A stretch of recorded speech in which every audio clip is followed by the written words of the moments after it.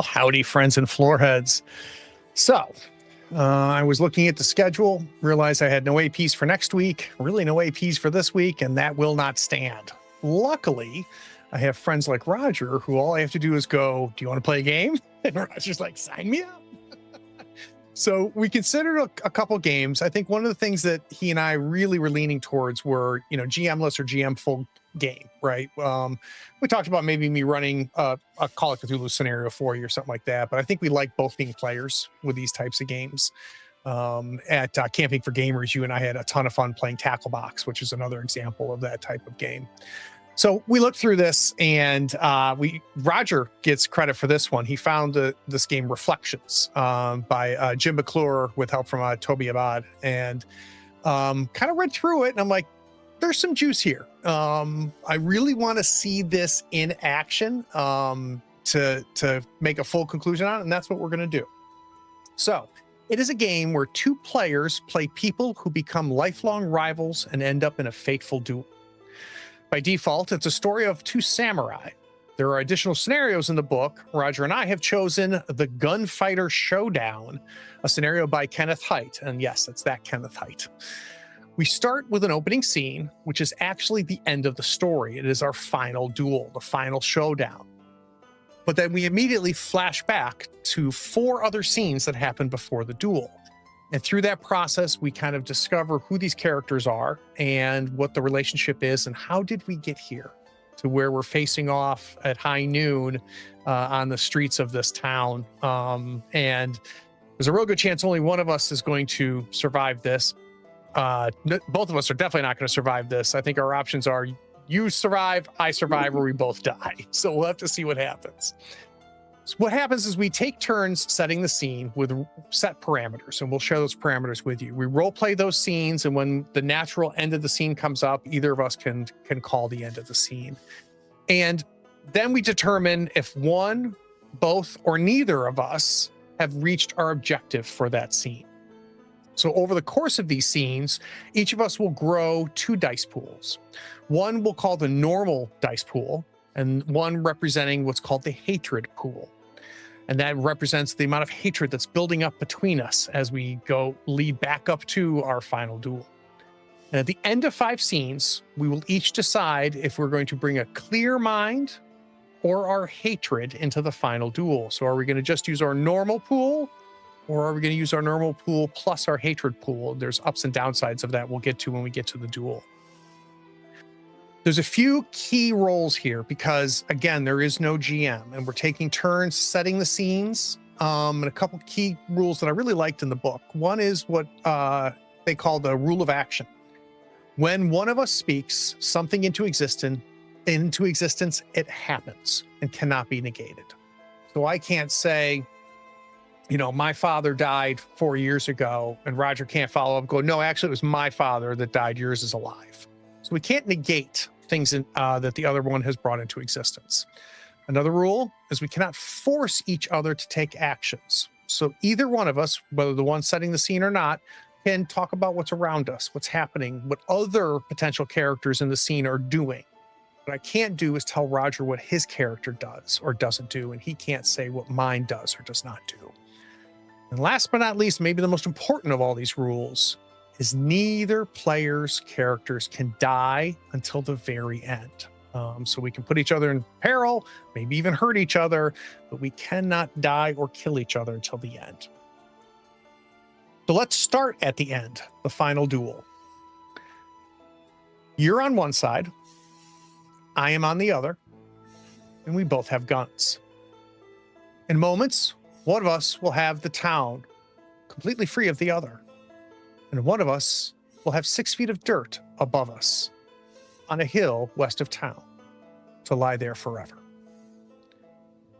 Now we're going to take turns answering some key prompts. And Roger, why don't you start? Alrighty. I fought for the South during the war. I fought for the South during the war as well.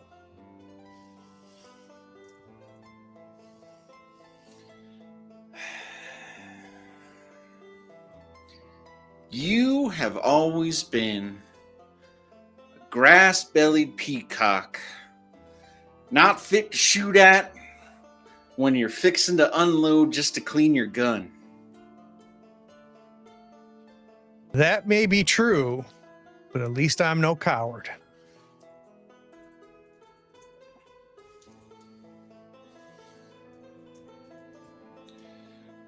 Now I've seen you in Ludlow, pretending to be a clairvoyant, guiding people with messages from their departed loved ones. I've seen you in Ludlow pretending to be an honest man.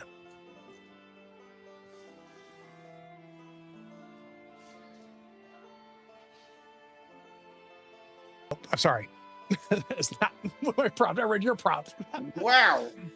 Sorry. So you see, your prompt was, now I've seen you in Ludlow pretending to be, and what did you say? A clairvoyant? Clairvoyant.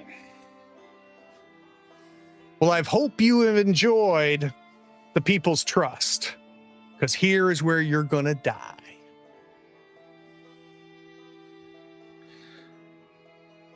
My name is Percy Blake, and I will see you at high noon.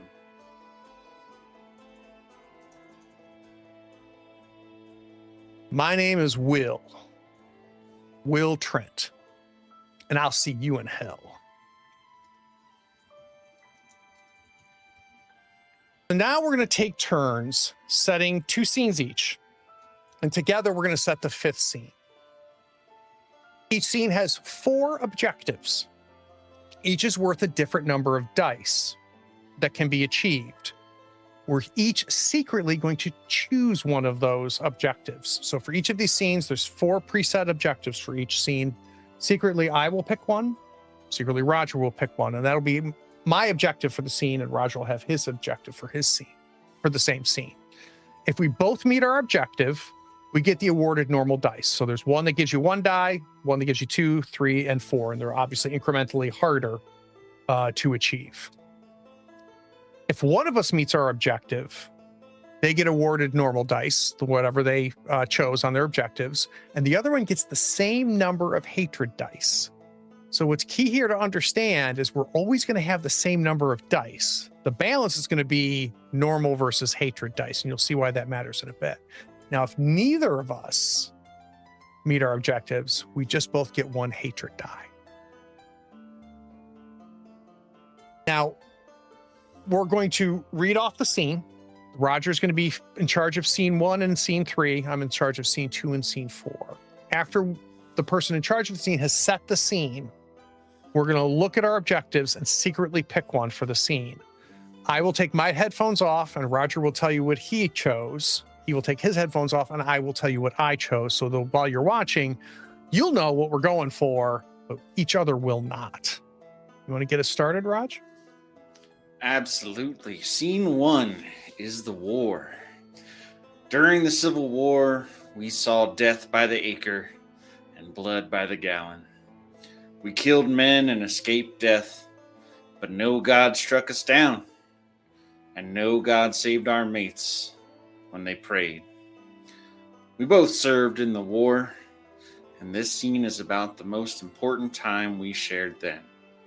Maybe across the battlefield, in camp, on the march, a time when you truly saw the other's mettle.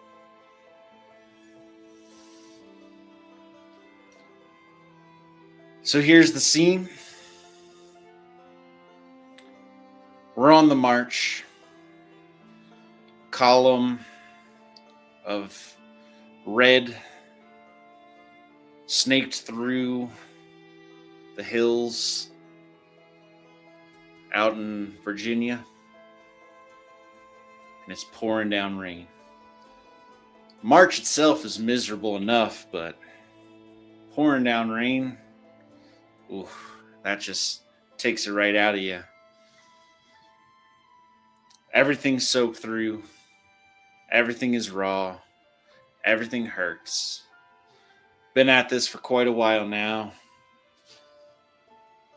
The prospects don't look good, but they need more troops at the front lines. And our division's been called up. We're in lockstep next to each other. Just trying to find some moment of levity to carry us out of this miserable muck and mire. All right. I have chose my objective. If you want to take your headphones off, I will say what it is. So there's 4 of them. The first one is always the same, which is choose your own objective, but it only gets you 1 die. And I chose that I'm going to get Percy, Roger's character, to express doubts about my abilities.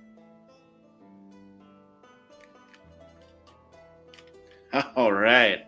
I wonder what he picked. We have the same list. I think that I want to.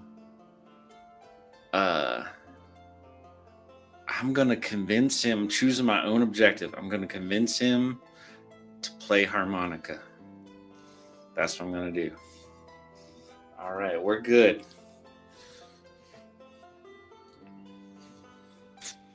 All right. I think technically the road that feels more like a trail at this point that we've been on is just soaked to the point where the ground is pulling at our boots with the mud as we're just slogging through. So every step to lift our knees up is just getting harder and harder. The kind of wet that you can feel under your skin. That even if it stopped raining, I feel like that we would still just feel damp for a day or two. Feels like I've forgotten what it means to be dry. Will? I gotta ask you a question. Got nothing but time.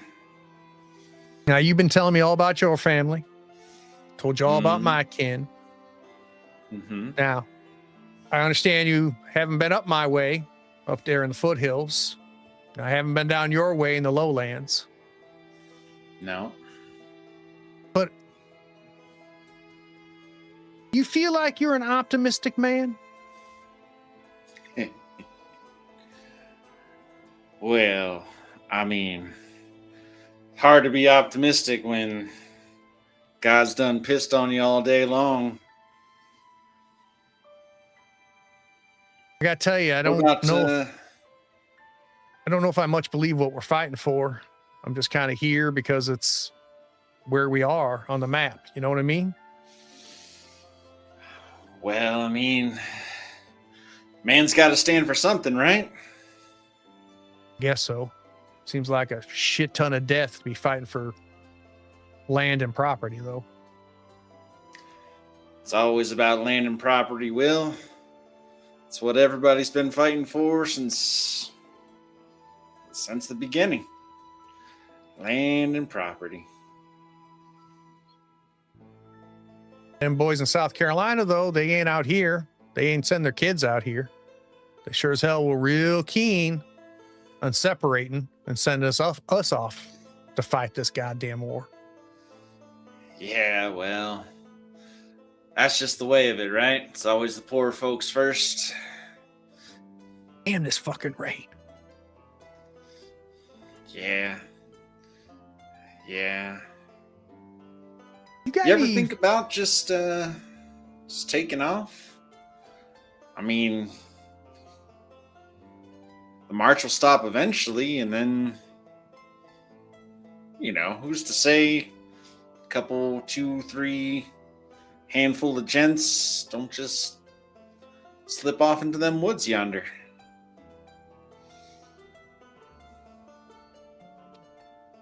I've thought about it. I think everybody in this line's thought about it. I mean, if they say they haven't, that man's a liar. I don't know, man. I ain't one to turn. I gotta tell you. You're gonna laugh at me. But I know I'm coming out of this alive. You know what? Oh, shoot. I know for a fact, as my hat is wet, you're coming out of this alive too.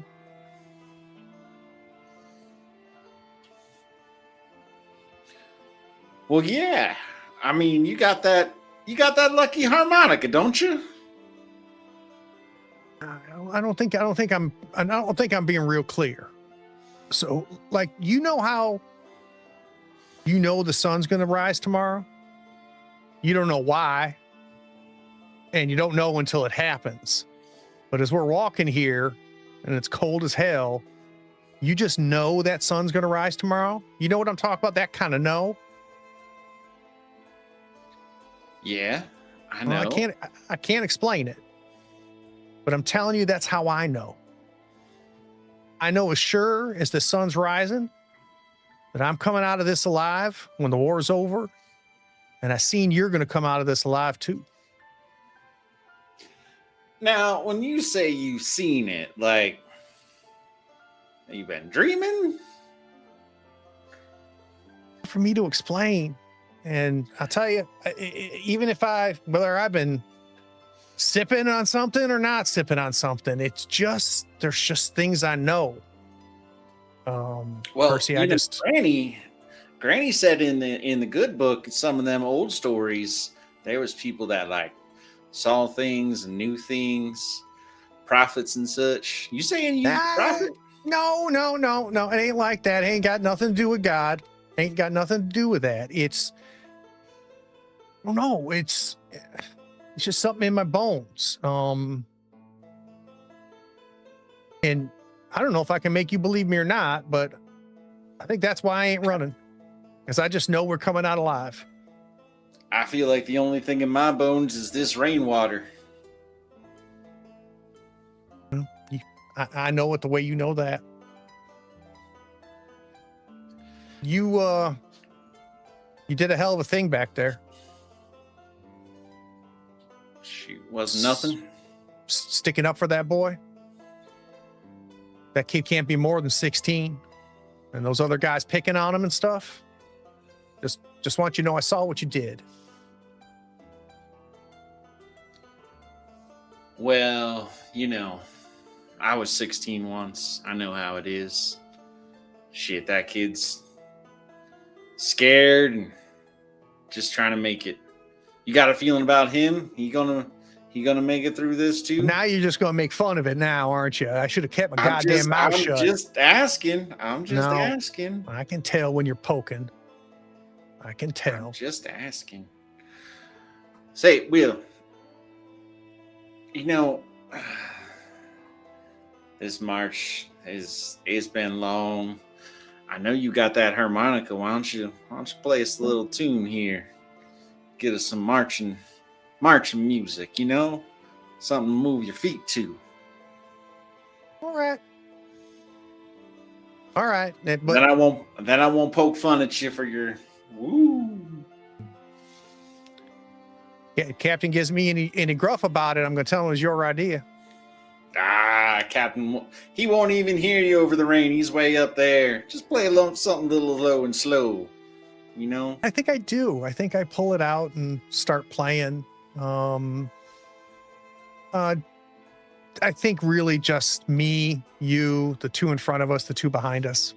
They're the only ones that can really hear it. And I'm good. I'm good. All right. So I got a feeling that I can be your protective.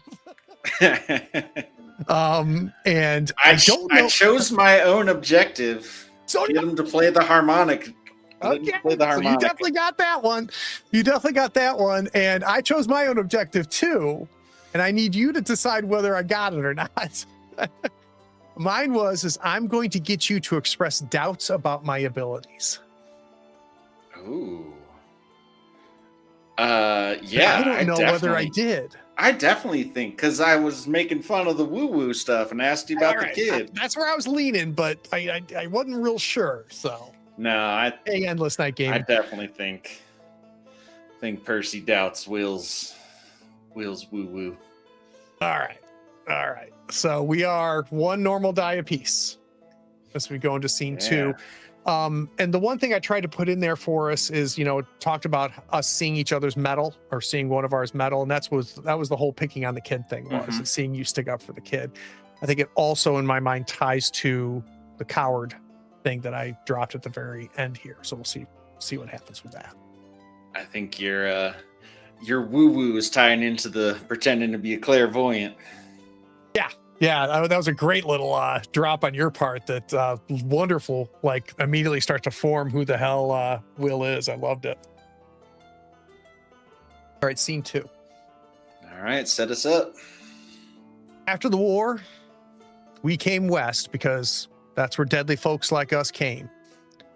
Where we could be alone under the stars, where we could escape society's retribution and its ignorant praise for our actions. We both rode with a bigger gunfighter, Billy the Kid. This scene is where your metal struck sparks off each other, but a bigger, faster gun kept you from catching fire just yet. I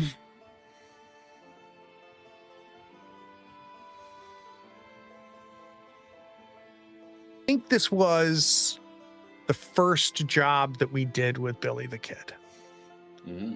I feel like as you and I traveled together west, we did a little bit of stuff just to get by, stealing a pie off of a windowsill, that kind of stuff. Nothing really egregious. I was very impressed by Billy the Kid. I think I told you a few times that I thought that he was going to be the right ticket for us. And that I'll know when we need to cash in and get the hell out because it ain't going to end well for him. So I'm imagining us by the campfire and the whole crew is there. I'm imagining 4 or 5 other guys and Billy and you and I. Maybe Kansas City, just outside of Kansas City. Yeah. Fire's going, it's warm. You get just outside of the perimeter and you can start to feel the cold air, but where we're sitting is that perfect temperature. Not too close to the fire, not too close to the outside air. Scraping of plates as people kind of eat up their canned rations that we had with us, finishing that off. And I think Billy says to all of us,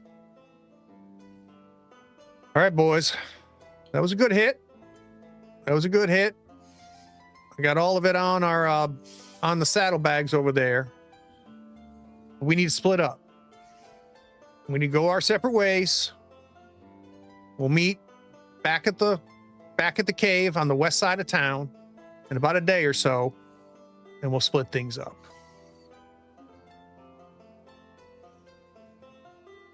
And I look at you like, the hell?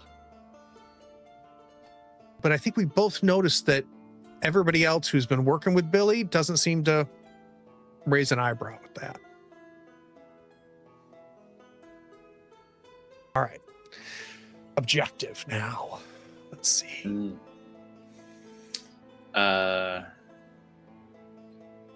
I have mine if you want to sequester yourself. All right. I'm going for big guns. I'm going for 4 dice. Convince your rival to reveal a great personal weakness. It's gonna be tough. Let's see if we can do it. All right, you do the same. These are tough. And it's very tempting just to choose your own objective. And part of the benefit of choosing your own objective is I know the 4 that are listed here, right? Which kind of takes things here, but and we can talk about that afterwards, what I think about the fact that we have visibility to this, but I'm going to choose the second one, which is convince your rival to draw first. So I'm going to try to get Percy to draw his gun first.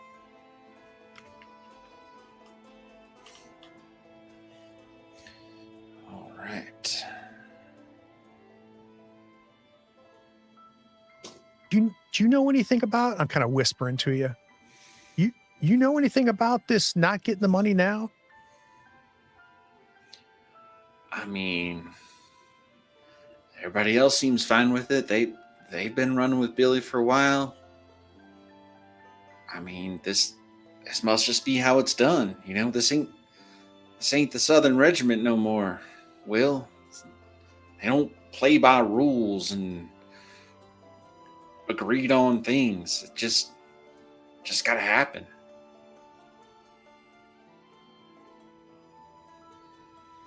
Are I'm you telling getting you, are you telling getting you a something. feeling? Yeah. Are you getting a feeling? But Lord Jesus, you getting a feeling? stop it. Listen to me for a second. This is some serious stuff. Billy ain't showing up at that cave. Our only chance of getting paid is now. I'm telling you right now, I know he ain't going to show up. Yeah. What, you wanna take money from Billy the Kid? You think that's gonna go well for you? You better have a hell of a mighty feeling about that. You saw you saw the two guys he shot. He shot them both dead quicker than I was still reaching for my gun. He had them both on the ground. You think you're quicker than the kid? I got to tell you, I've seen a lot of you these last 3 years.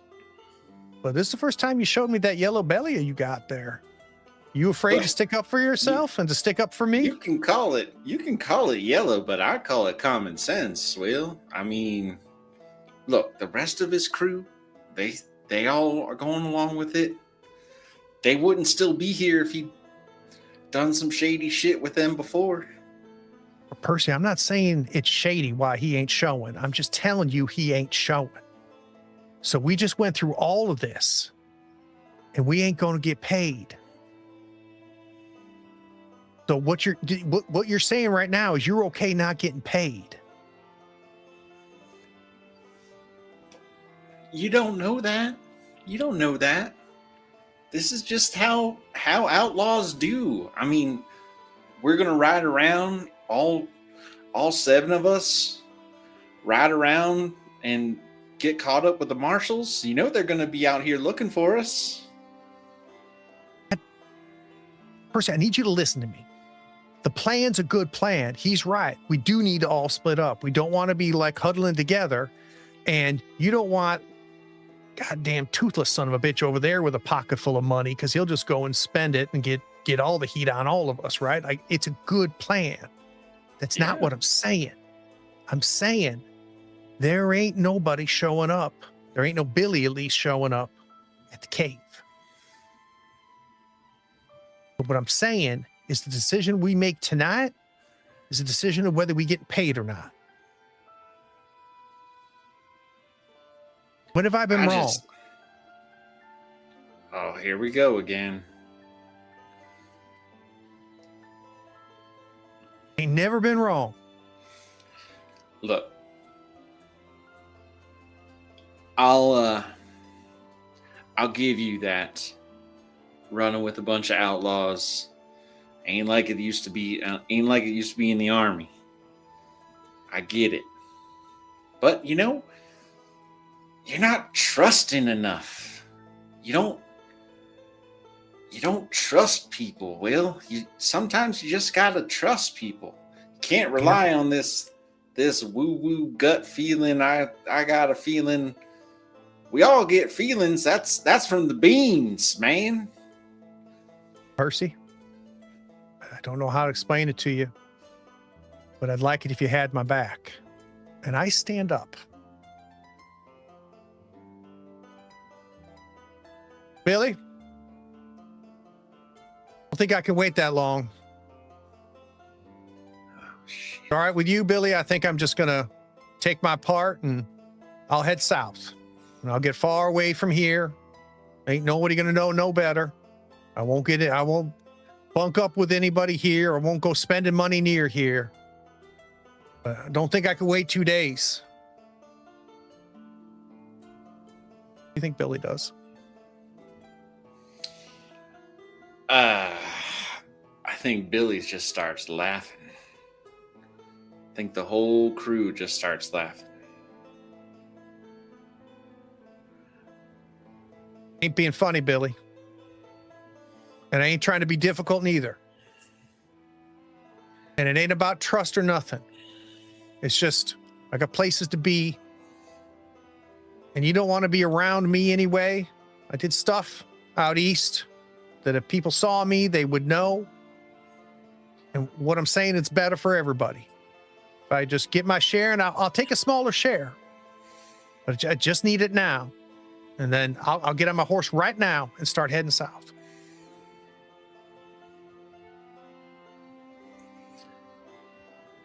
I think Percy's looking to see how the mood is in the crowd of the gangsters, and I think he can feel it starting to turn.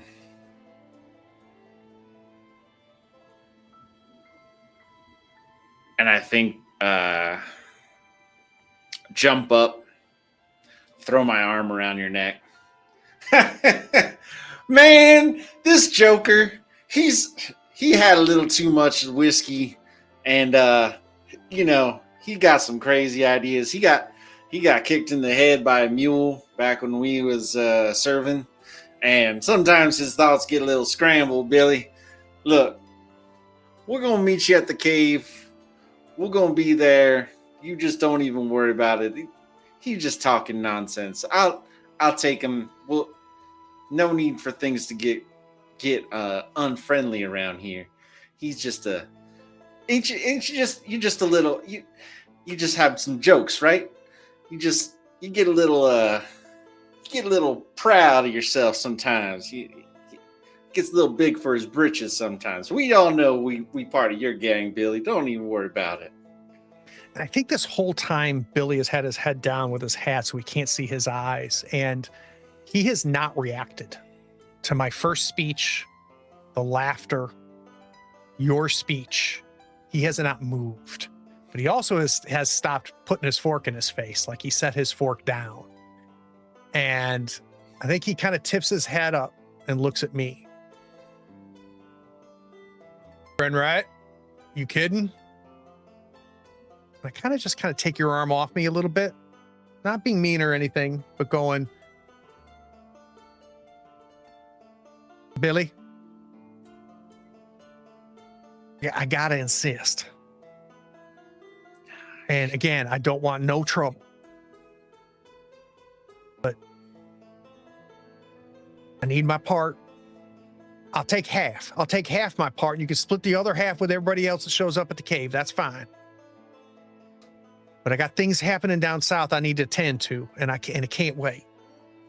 All I'm asking is for a part of my part, and it's more for everybody else.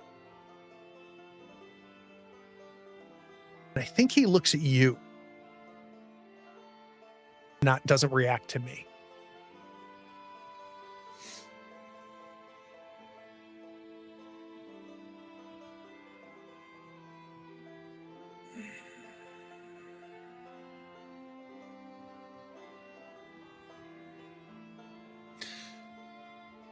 Well, you heard the man. I think we'll both take our parts for now. Part ways, Billy. With that, I'm standing, you're standing, and we slowly see the other 7 start to stand up. Nobody does anything. All we can hear is the crackling of the fire. And I think a log drops and everybody jitters a little bit when a log kind of breaks into the fire and comes down. Mm-hmm. What do you say, Billy?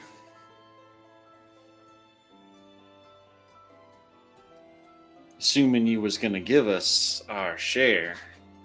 That's a whole nother share if you're just giving out halves. Or did you need 2 full shares more?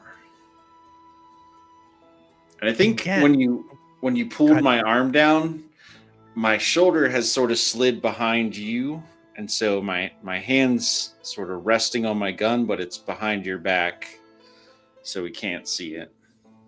I don't have any awareness of that. Mm-hmm. He does not answer your question, but we know the air has changed, Mm-hmm. and we know what the situation is. And when I say we, I mean all 9 of us, Billy, you Mhm. and me, and the other 7. Yeah.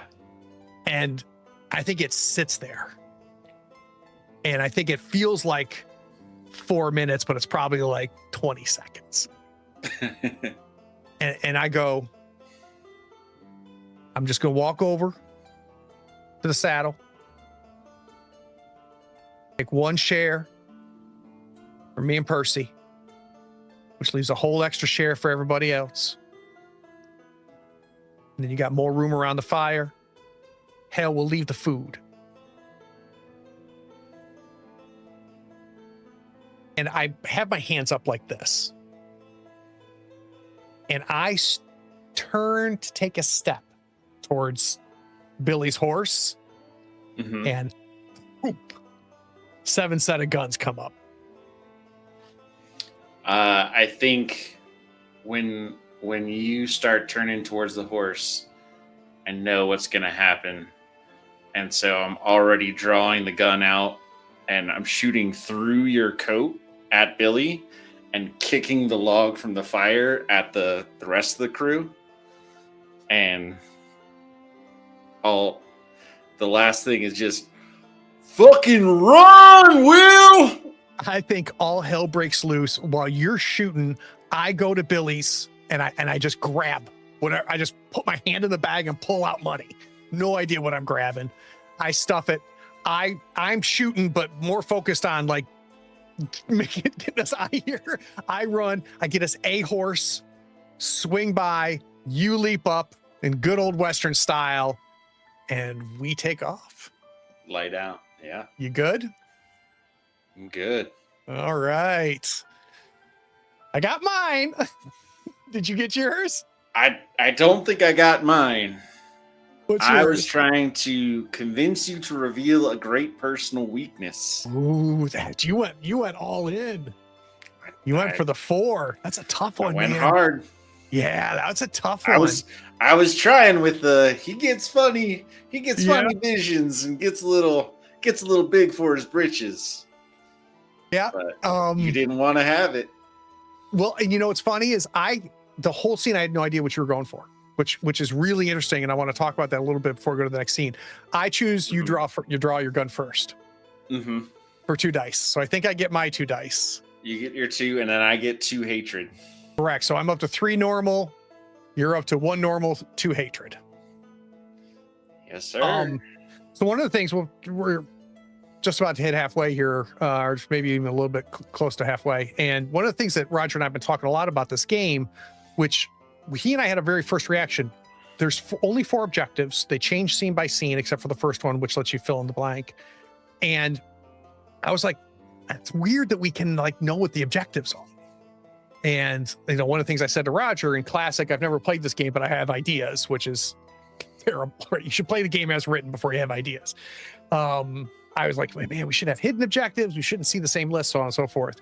I gotta say, Raj, like when I start playing, I don't look at that list anymore. Do you? Yeah. Like, did you see what I was trying to get you to do? I mean, I felt like you were pushing for a fight, and I felt like I was gonna have to, like, you were gonna get us into the shit that I was gonna have to solve. Right. But I felt like that flowed from who our characters were, not the objectives. Right. Yeah. So I am not as convinced as I was before playing the game, which is a shocker. In order to evaluate a game, you probably should play it first. I mean, all right. But how will you know how to fix it if you if you don't fix it before you ever play it? It's a lot easier to know what's wrong with it before you play it. All right. You got scene number 3 for Roger? All right. Scene 3, the troubles. The silver mine or the pharaoh tables or the stagecoach or the cattle drive. Something brought us here to this wide open town where the only law was watch your back. In theory, this town should be big enough for the both of us. This scene is when you realized it wasn't.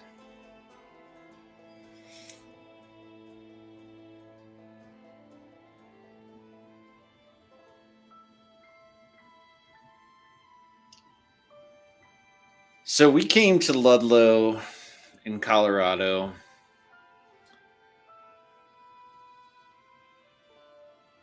because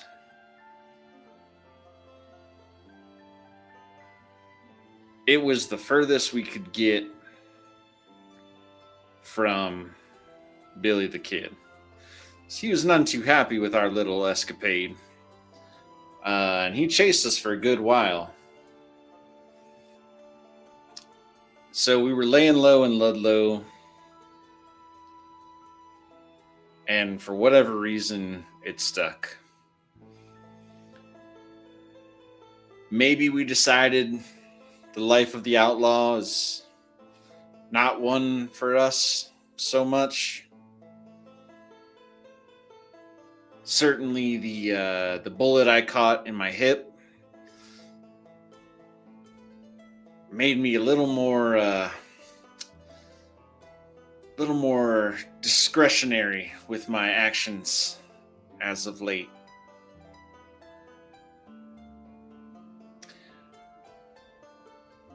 And I think the one thing that Ludlow needed that I could give it was a sheriff.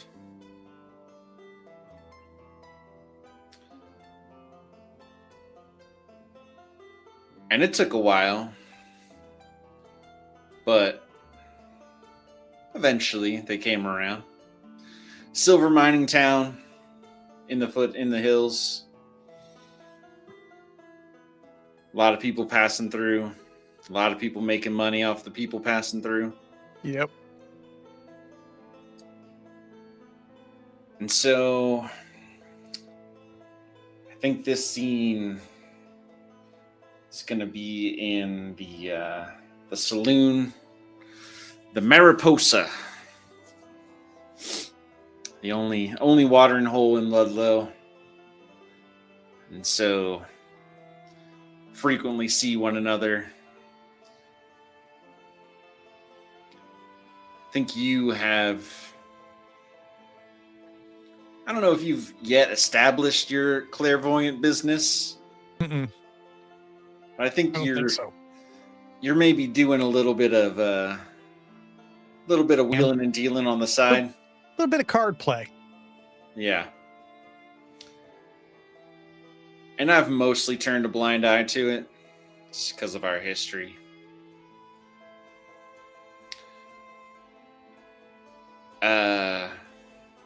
But tonight, once again, we find ourselves in the evening. The saloon is full. Card tables are doing a brisk business. And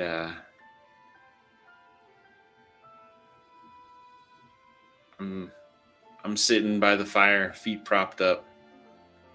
I've been watching you, and I know you're cheating.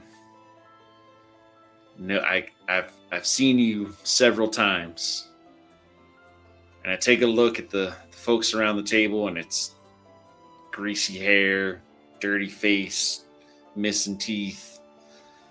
Kind of folks you don't want to cheat for too long. You definitely don't want them to find out that you've been cheating them. And I have that flashback to a campfire outside of Kansas City. Your hip's aching. And my hip starts burning. And I just know. I run my fingers over the grip of the same revolver. Shit, this boy.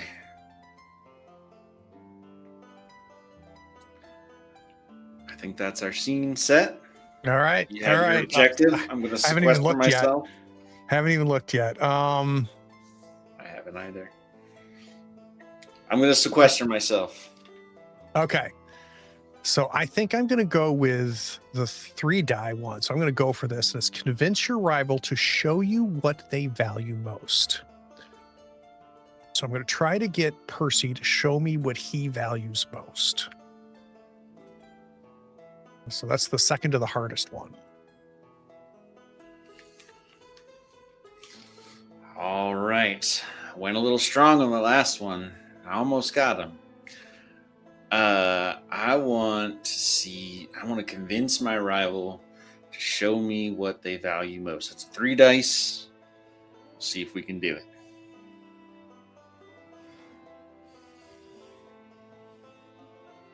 So there's been kind of a rotating seats here because I'm being disciplined, losing a hand here and there. Mm-hmm. And piano player takes a break. I've had a few. Mm-hmm. And I feel like you and I kind of stay out of each other's way. We just kind of drifted apart, right? You've gotten stuff that's important to you now. It's not the same things that are important to me now. There's been times where we have kind of crossed each other a little bit because of this. So I feel like our friendship has dropped. I don't think our respect for each other has dropped, and we haven't forgotten our history either. I feel like there's a certain level of mutual respect that's still in place here. But I don't go to your place for coffee. You don't come to my place for coffee. I feel I respect you more than you respect me, but Yeah, and you know what? I probably feel the same way. So the piano drops, and you see me kind of get up, and I do that half step that you do when you have had a little bit more than you realized you'd had. Mm-hmm. So getting up wasn't as easy as you thought getting up was. Hey, Sheriff. You know, we got a captain right here from Georgia.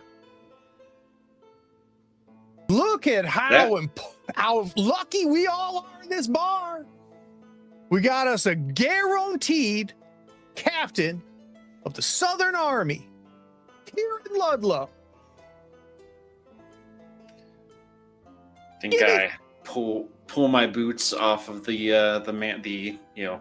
apron of the fireplace and stand up, and I also take an extra step, but it's not because I've been drinking. It's fucking hip. And I take a few steps closer to the table, look at the fellow that you pointed to, and tip my hat. Thank you for your service, sir. My friend here, Will, and I both served. I think he was just overjoyed to be reminded of all the great things that we did way back in the day. Perhaps, Will, you've made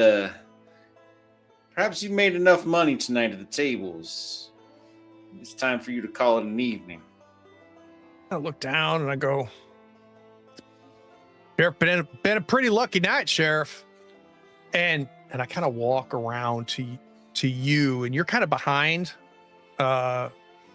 this Jimmy guy. But this Jimmy guy is clocking me the whole time, right? Mm-hmm. I come up and I do to you what you did to me at the campfire, and I put my arm around you and I go, Sheriff here ain't lying. Men like you led us in that war. He thanked you for your service.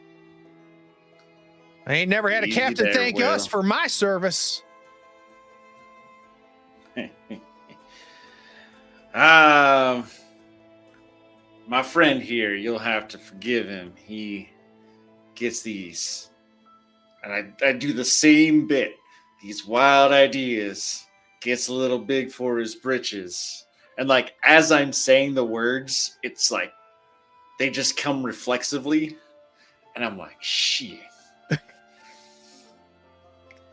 No disrespect, sir, to you. Perhaps I'll buy you a drink for your evening. Seems my buddy Will's had his fair share, and I was just fixing to buy him one. Let's take this over to the bar, Will.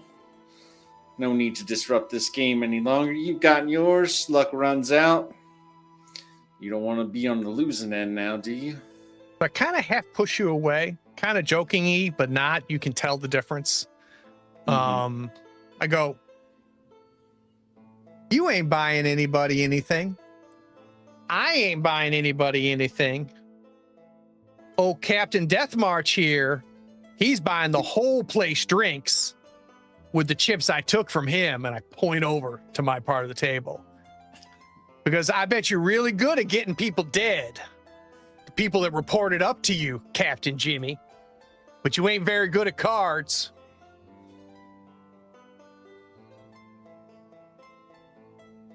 And we hear the chair squeak as he kind of wings around. Yep. Scrape of the chair. Yep.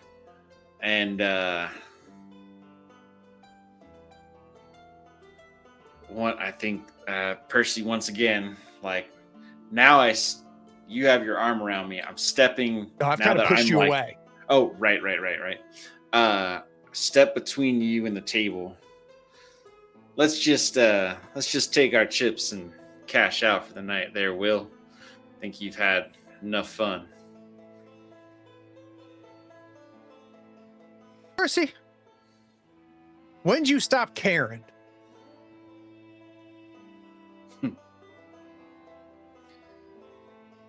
When'd you start forgetting? It's men like our friend, little Jimmy can't play cards here, told us to do the shit we did. Now, Will, that was a long time ago, and this man right here didn't have nothing to do with that. You know as well as I do. We witnessed something that I'm not sure you realized. Because you definitely were the fast. You were definitely the sharpshooter. I, several times on the way out west here, got us in a little bit of trouble, and you always had the truest shot and the fastest draw, right? Mm-hmm. And you hear the gun go off before you even realize the captain's reaching for his gun, and I shoot him. And I think it surprises you because you have not seen me draw that fast, let alone half in the bag, and draw that accurate. So obviously something's changed, right?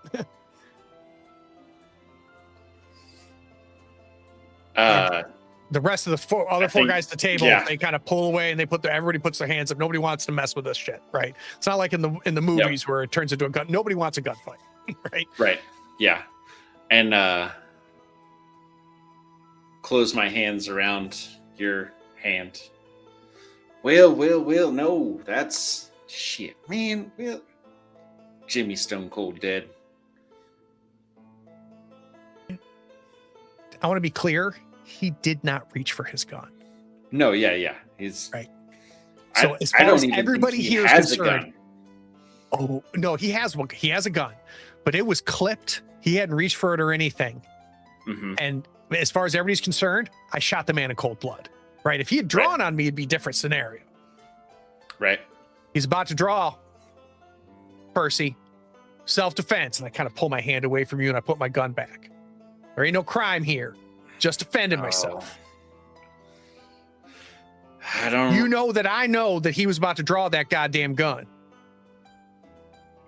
I don't think that's the case there, Will. Man's gun is still at his side. His hands were nowhere near it. I was watching. You don't believe me?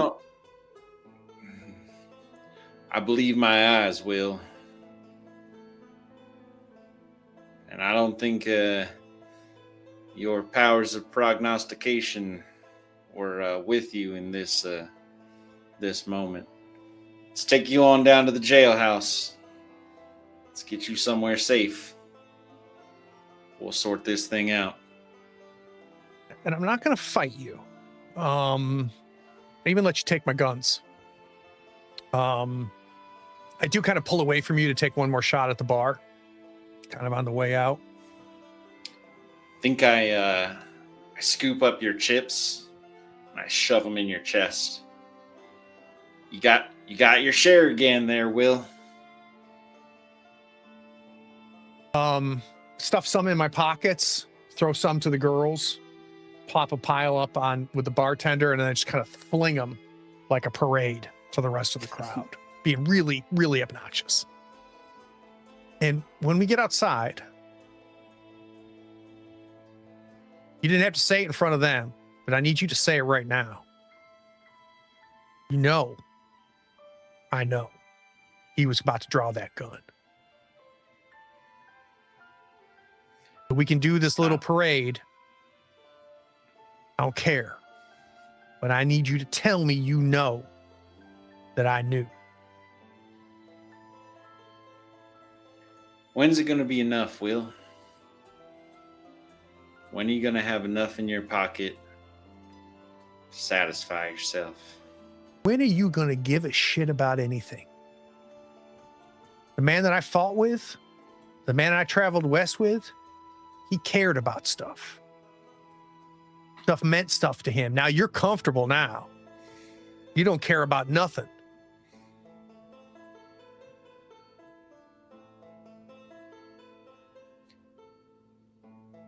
I care enough to take you in and make sure that his poker buddies there don't seek their own sort of justice. I would have shot every one of them down, you son of a bitch, and you know that. You don't have to protect me no more.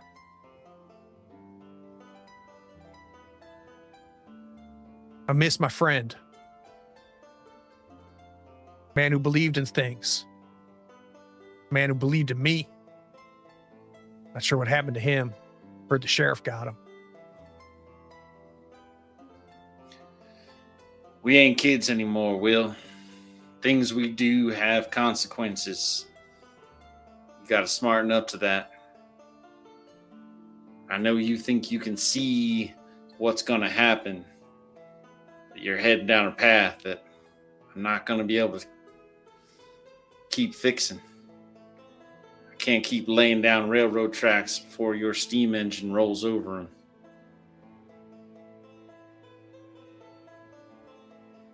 Saying I miss a man who believed in things. That's all. Yeah, well, that boy was a dumb shit. I think I can call scene. Yeah, same. You good? Yeah. I did not reach my objective. Did you? We'll see. I had convince your rival to show you what they value most. I had the same one. Oh, yeah? I definitely didn't get you to. I think shoving the chips in your chest. Yeah. And having you take them. Yeah. I think you got it. I think you got it on a couple levels, actually. So that's going to give you 3, and that gives me 3 hatred. 3 hatred, yep.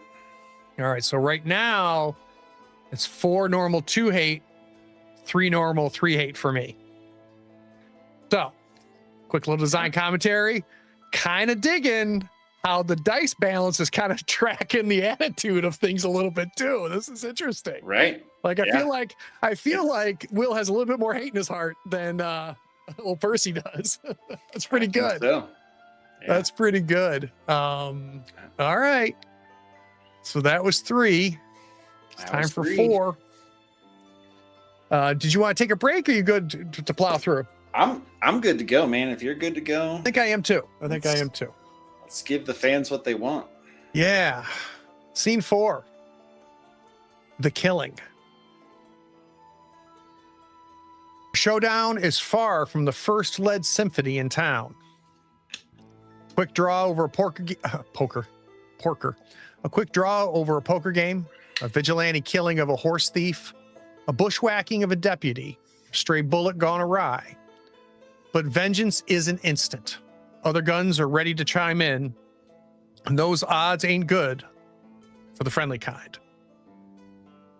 This scene is when one of you killed someone or was revealed to have killed someone, and the other took it personally.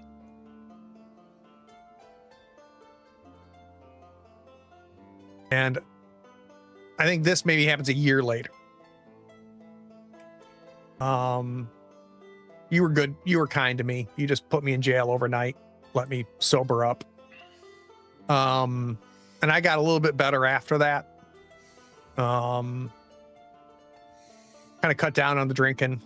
Got a little bit less greedy about raking in those chips. So I kept under the radar pretty good. Ended up making enough money to get my sister and her husband out here. So instead of living in Western North Carolina, I sent them enough money to pack all their stuff up and head out this way. And even had enough money to build us all a house, which for this town was a pretty big deal. Yeah. Not to be living in a shack, right? To actually have a proper home.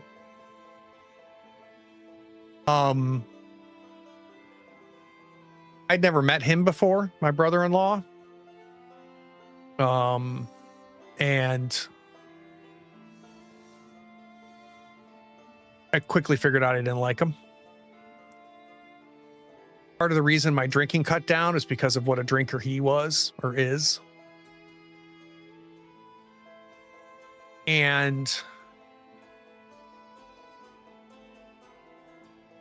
I think the scene is you knocking on the front door of the house. You can hear my sister crying. You found my brother-in-law's body out west of town. That wasn't where he was killed. It's where he was put. And I'm going to let you decide why you know I did it. But there is no doubt in your mind, as you're knocking on that door, that I killed him. Good with that? Yeah, I'm good with that. All right. So let's look at our options here.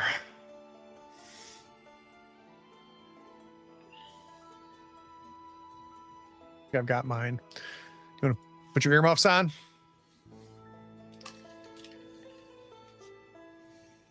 So I'm going to go for the gusto here, only because I think it's my best chance. Other than taking the easy one, which is the one, which is to choose your own objective. I'm going to go for the 4-die one, which is convince your rival to back down from a fight. We'll see if I can do that.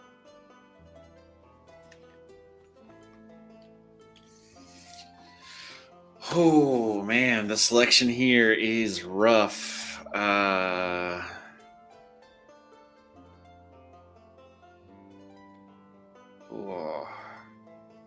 I think I'm gonna go with the 2 dice option.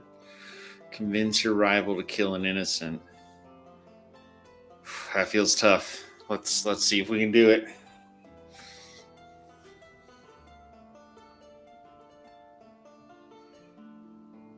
Open.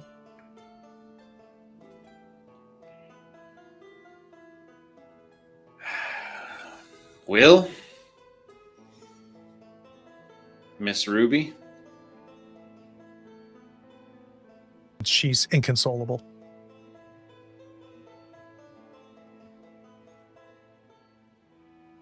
Ruby, why don't you go to the bedroom? Kind of pushes her chair violently into the kitchen table and kind of storms off. Make you some coffee, Percy? Won't say no. Don't put yourself out, though. I didn't say I'd feed you, but I'll make you some coffee. Like you could cook for shit. Get over to the wood burning stove and put a pot on. You notice that my guns happen to be close to the wood burning stove because you're a sheriff and you keep your eyes on stuff like that. So Clyde. Haven't seen him. She's all in a fit because he didn't come home last night. Well, that's on account of him passing on. Some miners found his body outside of town early this morning. Can't remember. You like sugar in your coffee? Nah, I'm sweet enough.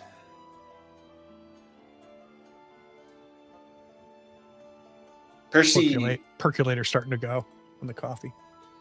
Percy leans against the door jamb, ostensibly to take weight off of his right hip. But you also notice that his hand is just hanging down next to his gun belt. You didn't get on with Clyde all that well, did you? Never been real close with people that hit my kin. Well, don't pretend you haven't seen those shiners on my sister's face. You know I can't do nothing about it if she won't tell me what happened. That's the law. No. Man, I traveled out west with. Wouldn't let no piece of paper prevent him from doing what's right. How many times I come to you? Tell you what that sumbitch been doing. And you kept giving me the same line that some piece of paper written by some fool somewhere says you get to be a coward and do nothing. Hey now. I'm not throwing around that coward word. I gotta operate under the rules and regulations. That's the way things are. World's changing, Will. Men can't just do whatever they damn well please. Besides, like it's her wife. If you knew you're so good at telling people's futures, maybe you should have been there to stop it.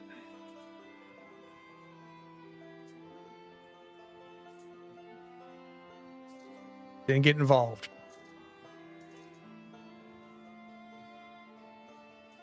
I ain't gonna cry because that man is dead.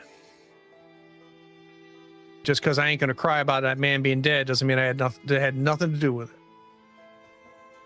Mm-hmm.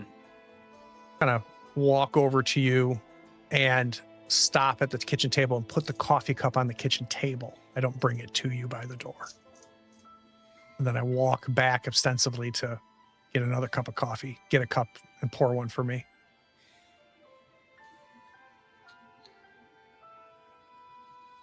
I sort of lever myself up off the door jamb, take a few steps and start lowering myself into the chair.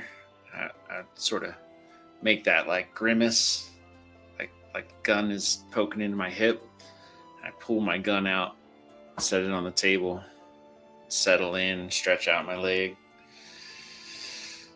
Yeah. Damn bullet wound. I knew that vet was no good.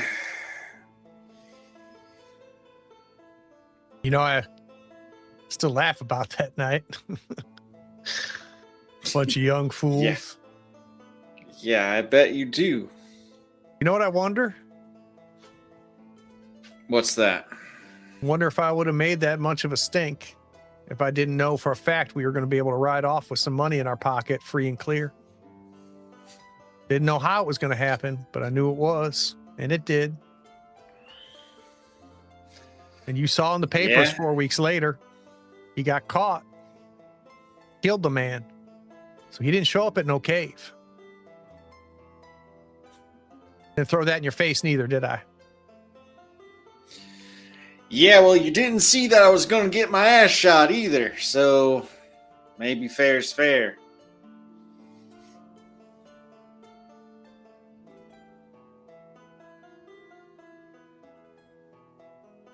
Look, not sure why you seem to have a tone in your voice like you're convinced on what happened. But I think you can find in yourself that you don't know for sure what happened. And I'm really interested in us just sitting down, sharing a cup of coffee, and laughing about the stupid shit we did when we crossed the Mississippi. That whole thing we did in Oklahoma. Then call it a night. I'd love to sit and reminisce, chew the fat, and shoot the shit, but I'm a man with a job to do. Got a dead man, a bullet hole in him. A man that you had problems with. How many times am I going to have to pull your ass out of the fire? How many times is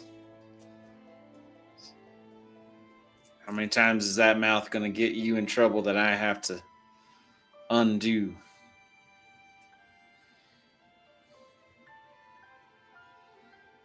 So let's say it wasn't you. Let's say it was someone else. Clyde was a son of a bitch, but he had friends in town. There was really only one person that truly hated him in town, and that's you. So, who else killed him?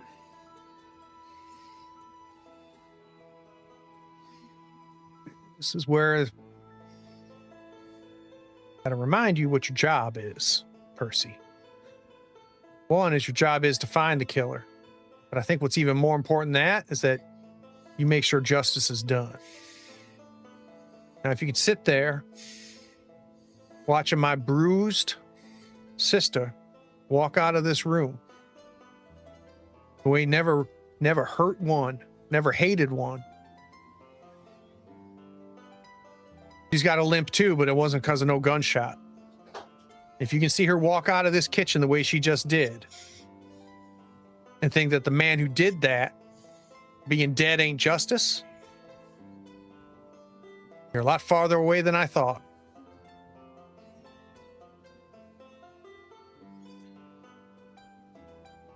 All right.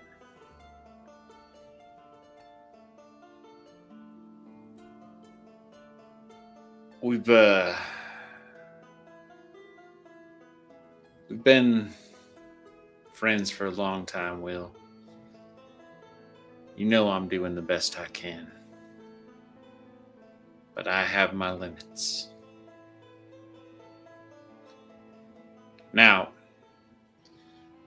there's the right answer and there's the just answer. I think you made that clear. Clyde had friends in town. He didn't have many enemies, but you're at the top of the list. And when all those friends find out what only you and me know, they're going to make the same assumptions. So now it's time for you to do something about it. I'm not pulling your ass out of this one. Ain't asking you to. Just asking you to let go. Finish your coffee. Walk away. I'll deal with the repercussions if there is any. I'm just asking you to know. You think you can see what's going to happen, but you can't see this, Will. Now, let me tell you something. Grover, the blacksmith's apprentice, you know he's a little bit soft. Well, I know he's been looking after Miss Ruby, and he just got himself a fancy new gun with his wages. I think you call out Grover. You accuse him of killing your brother-in-law and you make it right. It's the only way. You're going to be run out of this town on a rail, Will.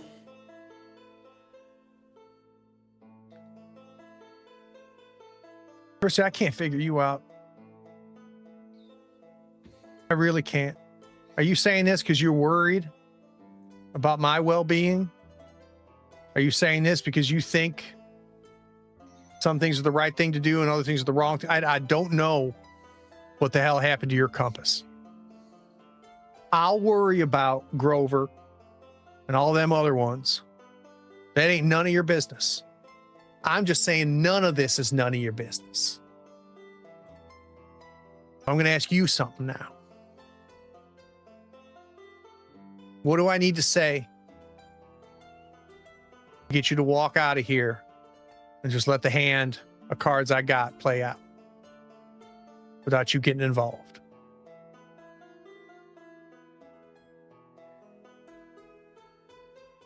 Will, all you got to say is you don't want me to get involved. That's all. I've been covering for you since the long march into Virginia. You don't want that anymore? That's fine. Maybe we've gone our separate paths. Trying to help you out. And you're too arrogant to see that this is help. I ain't trying to hurt you, Will. I never try to hurt you. But you just keep pulling me into your shit storms. And I'm tired of taking it in the mouth or the hip.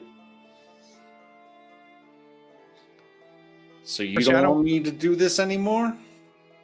That's fine. I'll walk away. I don't want no fight. I ain't aiming to fight you. I'm aiming to get you out of a fight. I'm going to walk over to the stove, which I think makes you nervous because there's a lot by the stove.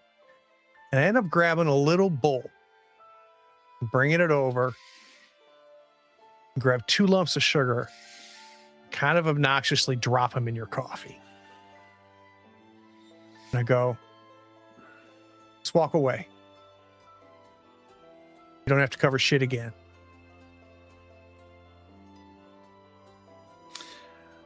My hand moves from the handle of the coffee mug, rests on top of the gun, and it just sits there for 3 beats.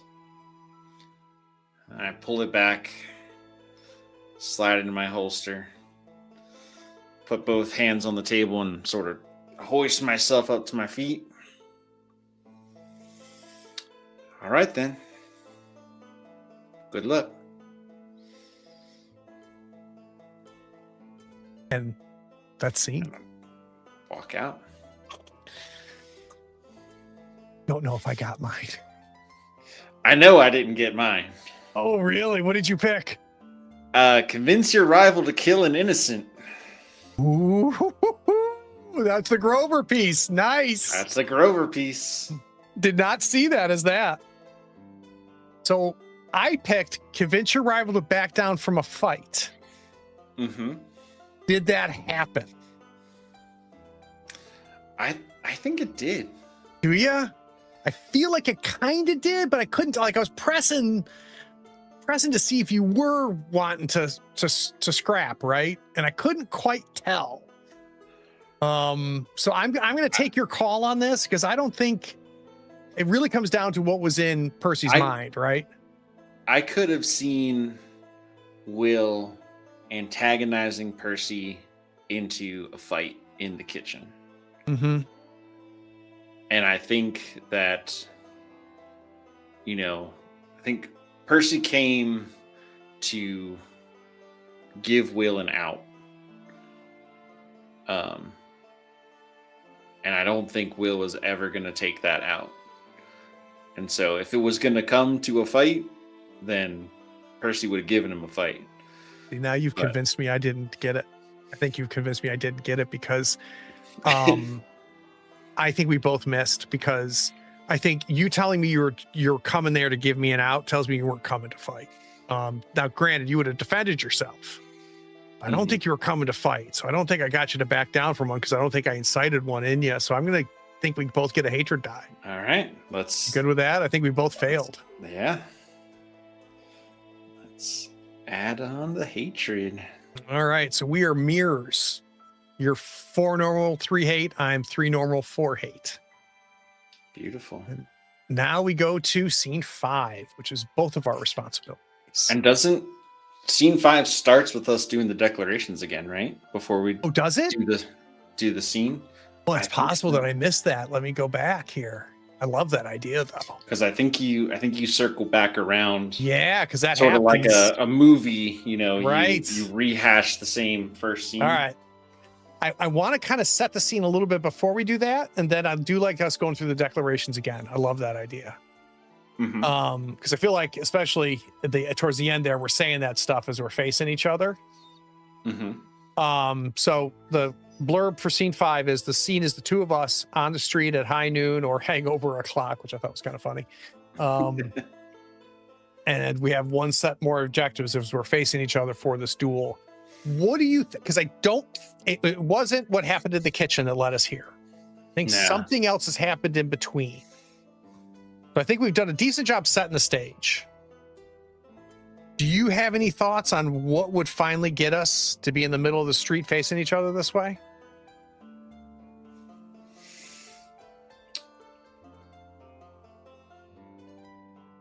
I think I asked to marry your sister.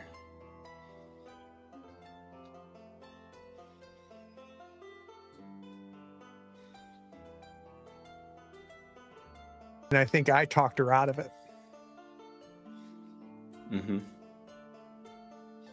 So what I think happened is she came to you and says she doesn't love you, and she ain't going to marry you. Even after 1.5 years of you secretly being together and truly falling in love, you knew she truly loved you. And you truly loved her. Still do. And then just one night, she came over to your house late. Just said, forget about me. Don't ever say nothing about me. She's going back east. Yeah. Love that. I'm going back east. And you know goddamn well why. And I think before this, we had a confrontation that was, if anybody looking at the 2 of us wouldn't realize how explosive the confrontation was. But I think we had a confrontation where I was at the bar, and you came in, you got down, and you accused me. And all I said was, I don't know nothing, Percy. Just know my sister ain't got a thing for cowards. So any doubt you had in your mind is now gone, right?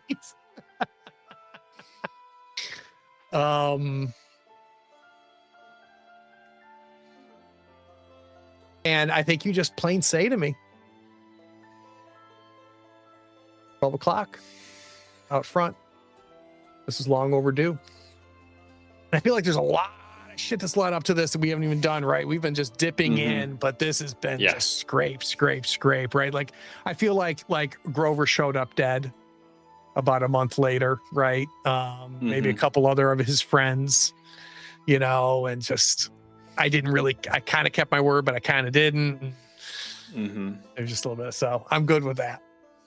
Okay. All right. So that's the scene, is you and I facing each other after the night before, you saying to me, I'll see you out here. So let's choose objectives, and then we'll redo our declarations. I gotta look. If you know yours, I'll take my headphones off. Do you know yours? I need a second. We kind of fucked it up a little bit. No, maybe not.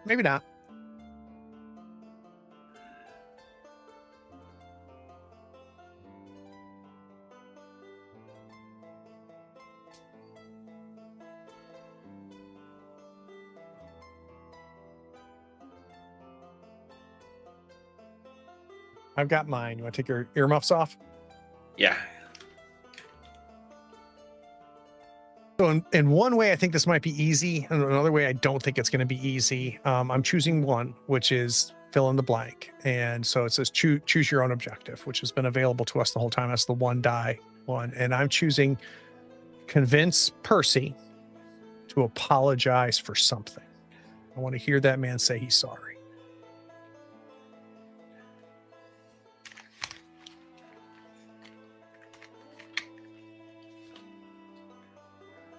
Okay. Ooh, man, this is getting intense. I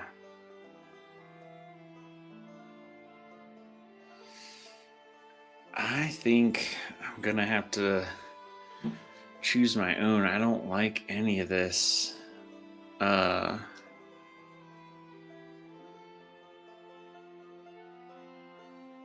know what? I'm gonna bring it back around. I'm gonna have him play harmonica again. I don't know how that's gonna work. That's gonna be tough. We can get it there.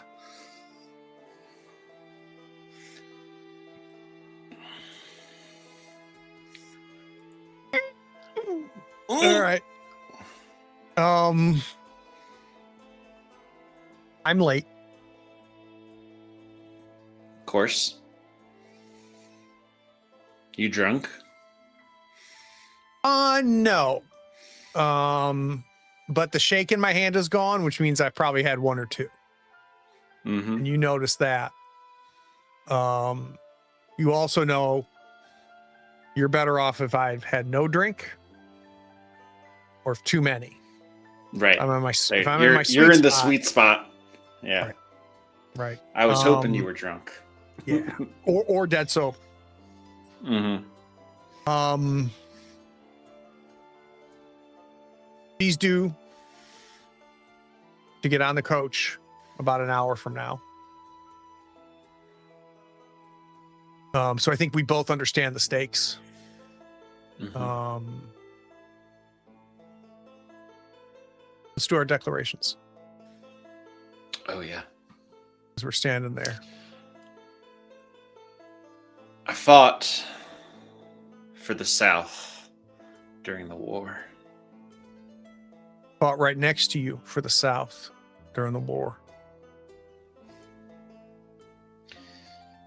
You, Will Trent, have always been a grass-bellied peacock, not fit to shoot at, to empty your gun for a cleaning. That may be, but at least I'm no coward. Now, I've seen you in Ludlow, pretending to be a clairvoyant.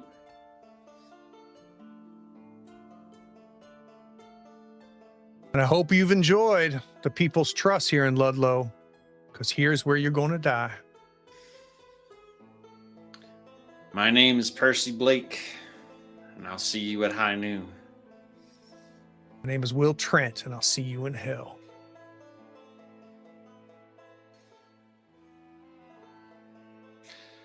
Coach leaves in an hour, Will. Why don't you just book yourself a ticket and take off?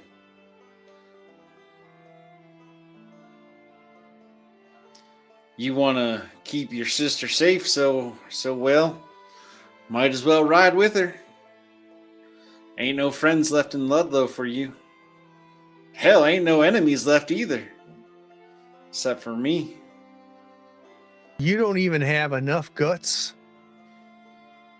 to stick up and fight for the woman you love. I don't even know you, Sheriff. One of us was late to this engagement, and I was standing here. Who's the coward? Did you just want to make a grand entrance? Make sure there was enough people watching. Get your audience. You're telling me I can walk over there to the post office, get a second ticket on that coach, ride on out of Ludlow with a woman you love,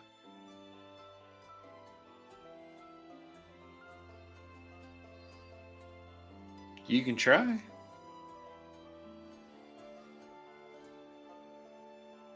Hell, you got an audience, Will. Why don't you pull out that golden harmonica, play us all a little tune? Get the crowd really pumped up for this. You play better than you shoot.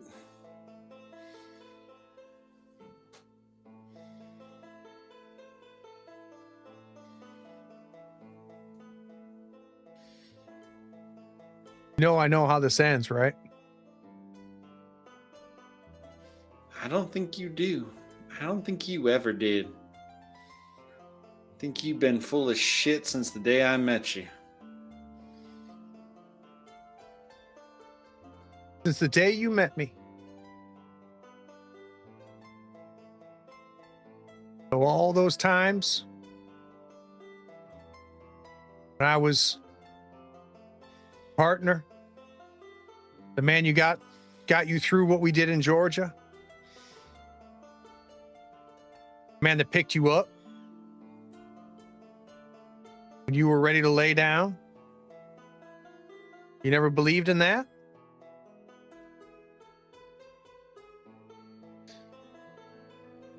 The only reason you ever picked me up, Will, was so that you could have someone to hide behind for when all your braggadocious ways didn't pay off the way you hoped.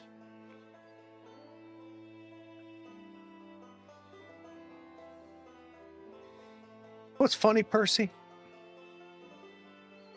I know a lot of funny things. One guy on the street right now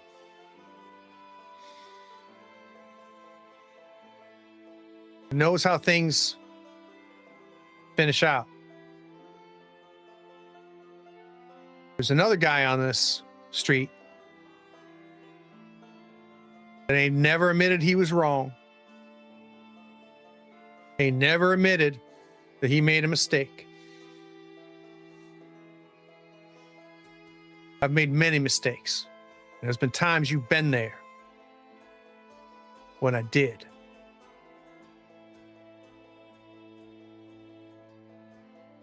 When I was wrong. I don't ever recall a time when Sheriff Percy admitted he ain't done right.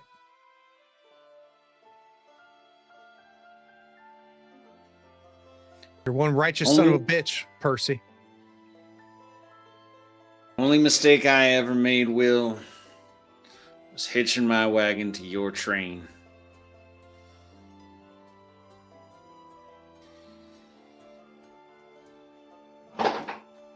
You gonna play that damn harmonica? You gonna shoot?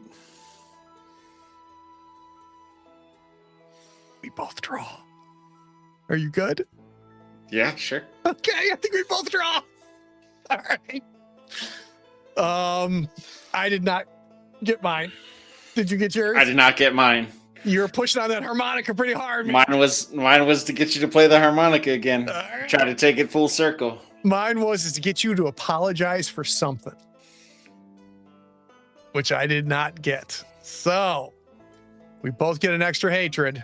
Another hatred. I'm at 5. You're at 4. We both have 8 dice. Yours are even, Steven. Oof. So we have one more big decision to decide as these guns fly out, who's left standing, if either of us are left standing. So here's what's going to happen. In a second, you and I are going to both put our fist in front of us and count to 1, 2, and on 3. If the fist is closed, we're going to go into this with hatred. If we come up with a peace sign, we're only going to roll our normal dice. So for those of you watching, the way the dice mechanic works is if we do this, we can only roll our normal dice. So in Roger's case, that's 4 dice. In my case, that's 3 dice. Whoever rolls the highest of the highest. So I take my highest die, Roger takes his highest die, whoever has the highest die wins. If we roll with hatred, we also get to roll our hatred dice separate. And we take the highest of those dice. Even if there was a higher one in the normal dice, we take the highest that was rolled in the hatred dice, but we get to count how many of those we got, including the entire dice pool. So if there's a tie, if we both say roll a 5 as our highest die, whoever has the most 5s wins. So there's an advantage to roll hatred if we tie on the highest. But rolling the hatred could potentially lower what you rolled on the normal, but it also decreases your chances of having multiples if we roll the same thing. I think, did I describe that, or did I make it more confusing, do you think? I think you nailed it. All right, so I got to think for a second.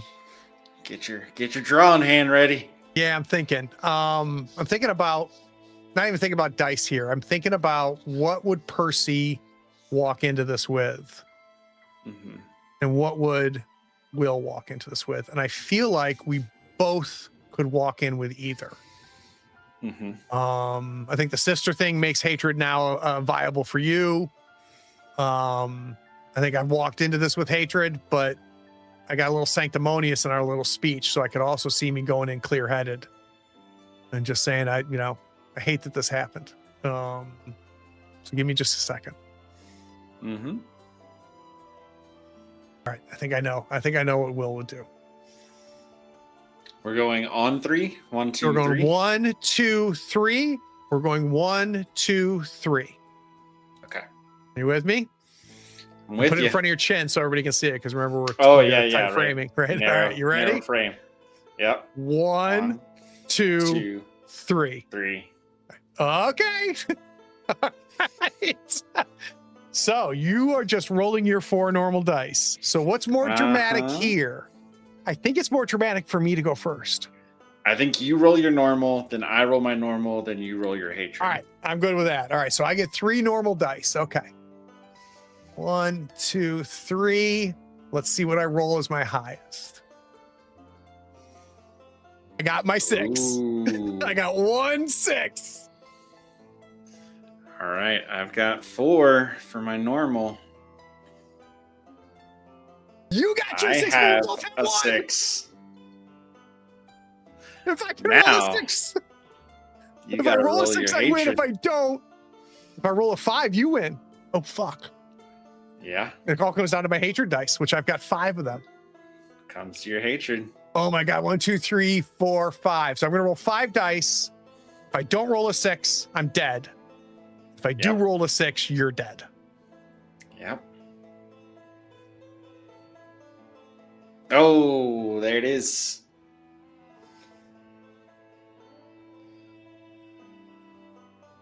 So the winner describes their shot and the emotion driving it. If you did not harness hatred, describe the tranquil state of mind as you shot your acceptance of the moment. If you did harness hatred, describe the bitterness and rage that fueled the final shot. I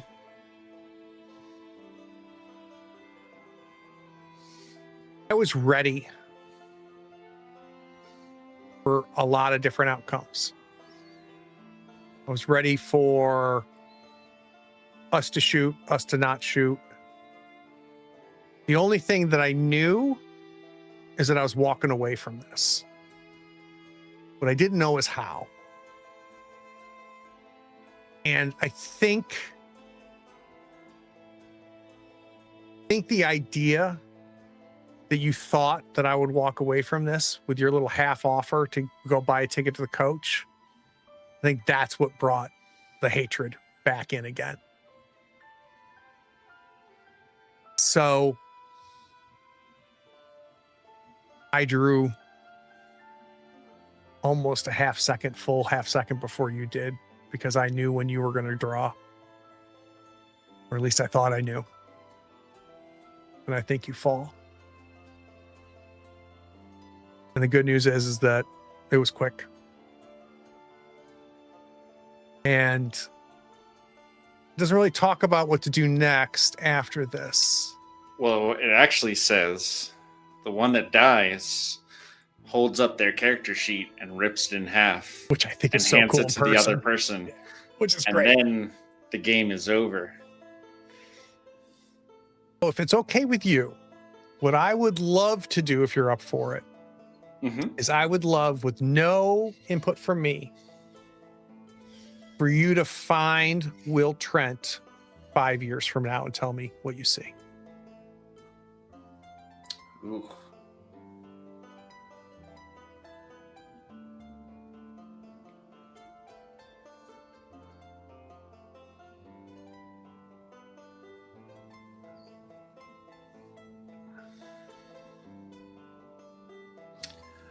I think 5 years from now,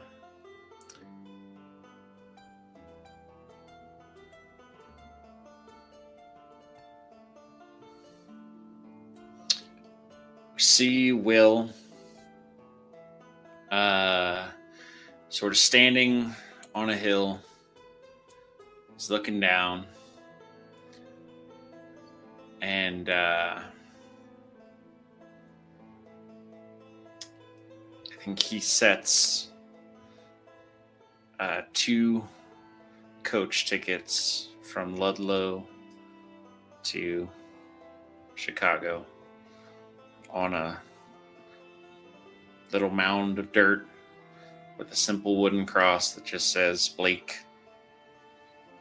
And then he walks away.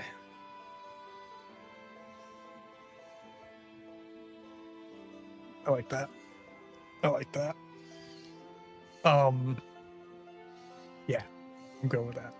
All right, let's do credits real quick, and then we'll talk about the game. We'll be right back on the other side of credits.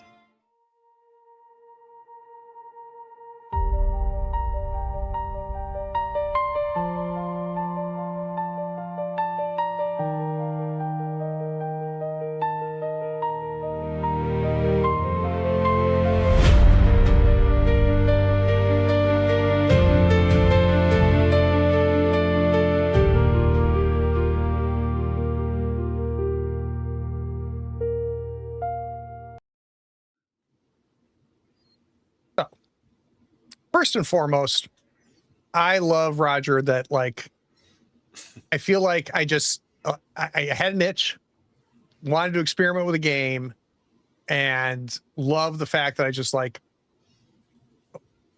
I know Roger will like make time for this. So I appreciate you doing this because it was relatively short notice, and I appreciate you. This was not the first game that we talked about. We kind of got to this game, so there was a bit of a path here. So I appreciate that. I also kind of love that. I think I knew for a fact, like I was like, I don't care. Even if this game is shit, we're still gonna have fun. Good news is I don't think the game was shit. So let me start with you. Someone says, "Hey, I'm thinking about playing Reflections." Mm-hmm. What would you tell them? Ooh. Yeah, I mean, I think that the important thing is to not try to go in with a concept.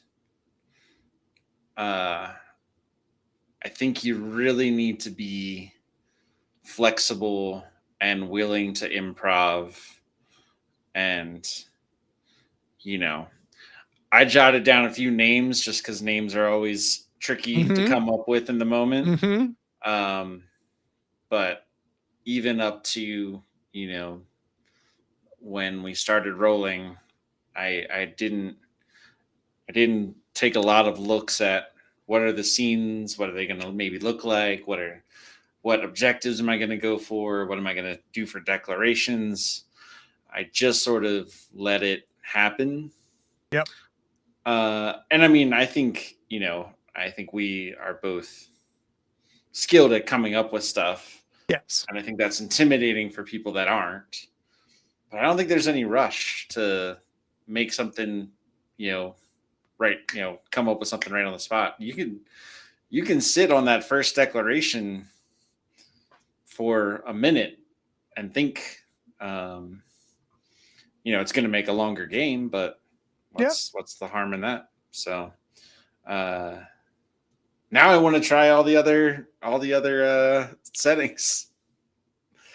And I think that's your testimonial, right? The fact that you finished this and are already thinking about the other scenarios, including the base one with two samurai.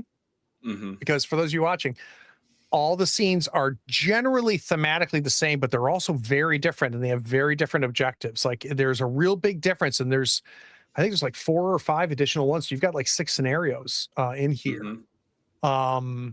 And the fact that, and I'm with you, I would love to play this again. I would love to try out some of the other scenarios are super interesting as well, including the base one. The samurai one is pretty damn interesting because you got the whole samurai code that's in place there, which adds a whole new layer, I think, to the game.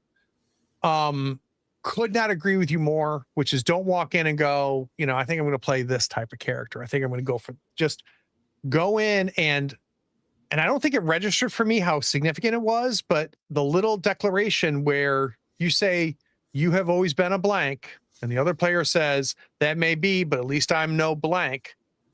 That was huge. Like that was the whole game because the coward thing came out of that.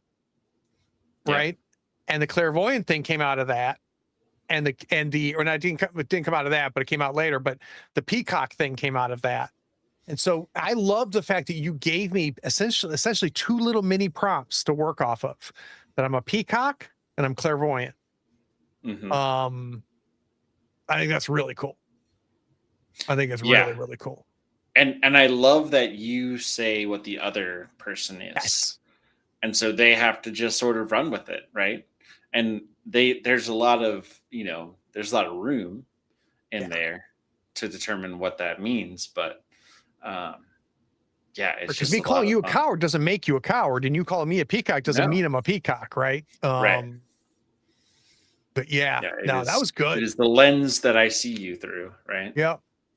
I feel like there's enough direction in the scene setups to give us a feel of what we're trying to do, but it doesn't guardrail us too hard.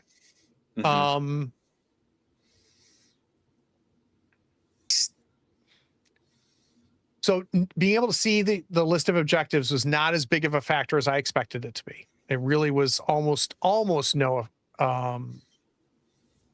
effect, but it was kind of there a little bit. But I think, and so that makes me go, maybe my idea of having two sets of objectives, so the other one doesn't know what they're picking from.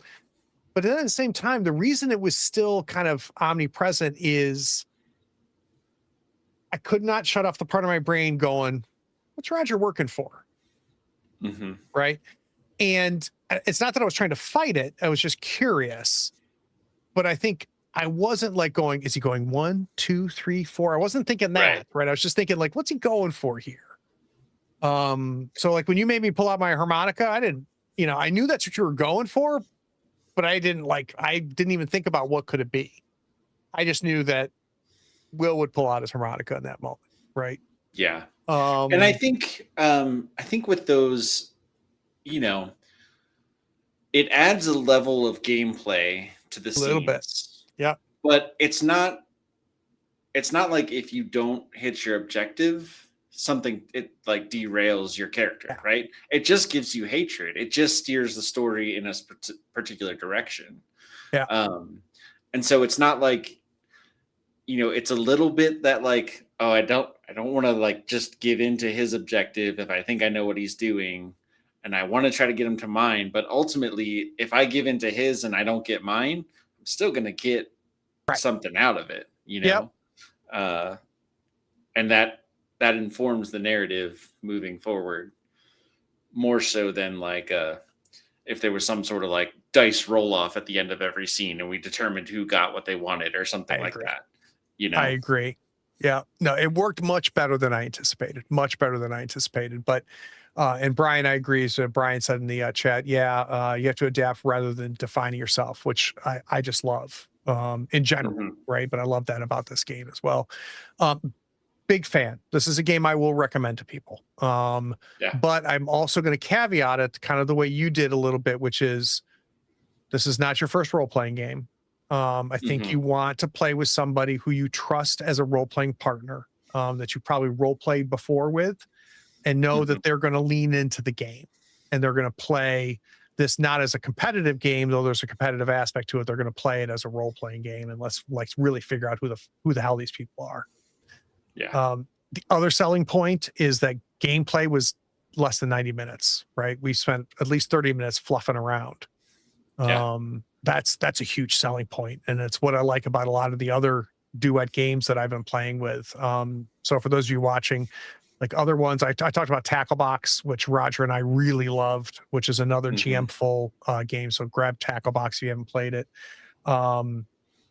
God, what other ones have I really enjoyed? The time we have is unbelievable. About two brothers, and one is infected as a zombie, and the other one isn't. That is a heart wrenching game. And then I played another one at camping with Z. I think it was called Voicemail, Yeah, something like that. something like that. But it was basically two people who care a lot about each other that are separated, and they communicate with kind of calling each other and leaving voicemails. And that game was, again, no GM. Both people have narrative authority, and really, for what little game it was, just created a huge amount of emotion. Like, it was a really powerful game. You didn't. I was hoping you're Googling it. Did you find it? Oh, I didn't. I'm sorry. I'm gonna. You know what? I'm gonna Google it real quick. The 2-player RPG voicemail. I know if I see the cover. I know this is not riveting TV, but it's worth waiting for. Yeah. It's bringing up Alice is missing, which is one missed call. That's it. One missed call. One missed call. Yes. Go buy it. It is. I'm going to bring it up right now. It's on itch. Just search for One Missed Call RPG. It is name your own price. And it's a game that really knocked my socks off. So if you're digging kind of what we did, I think Reflections is definitely worth buying. One Missed Call, I think, is definitely worth buying. If you can get it in the physical, especially Tackle Box, I don't even know if you really can play it virtually. One thing that's unique about the time we have is that the PDF that comes with purchasing the physical has an incredible way to play it online. I've got 2 plays of that game online on the channel if you want to go search it out under One Shots. But good seeing you, brother. Yeah, let's do it again. I think we definitely should do it again. Well, we got the other game. But I think we still project. I think we still want to get. I think we want to tackle that one. For I just sure. think this one was the easier with the time we had. Time we had left. The time we had With one missed call. Bye.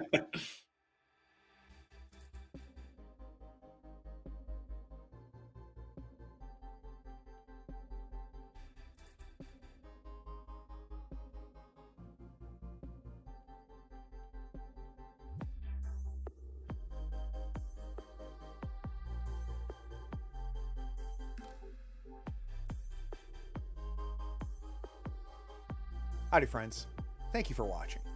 All our content is archived and organized in playlists on the Third Floor Wars YouTube channel. Check it out. And if you could like, follow, subscribe, and even set your notifications to this channel on YouTube and Twitch, we'd appreciate it, and it'll make sure that you catch all of our content. I talk with creators, designers, and experts across the gaming landscape in every episode of our podcast, Tabletop Talk. Open up your favorite podcatcher and search for Tabletop Talk from Third Floor Wars. Support your creators. They make the content you love, and it's your support that makes it happen. If you want to help us, go to Third Floor Wars on patreon.com, and you can help us for as little as $1 a month.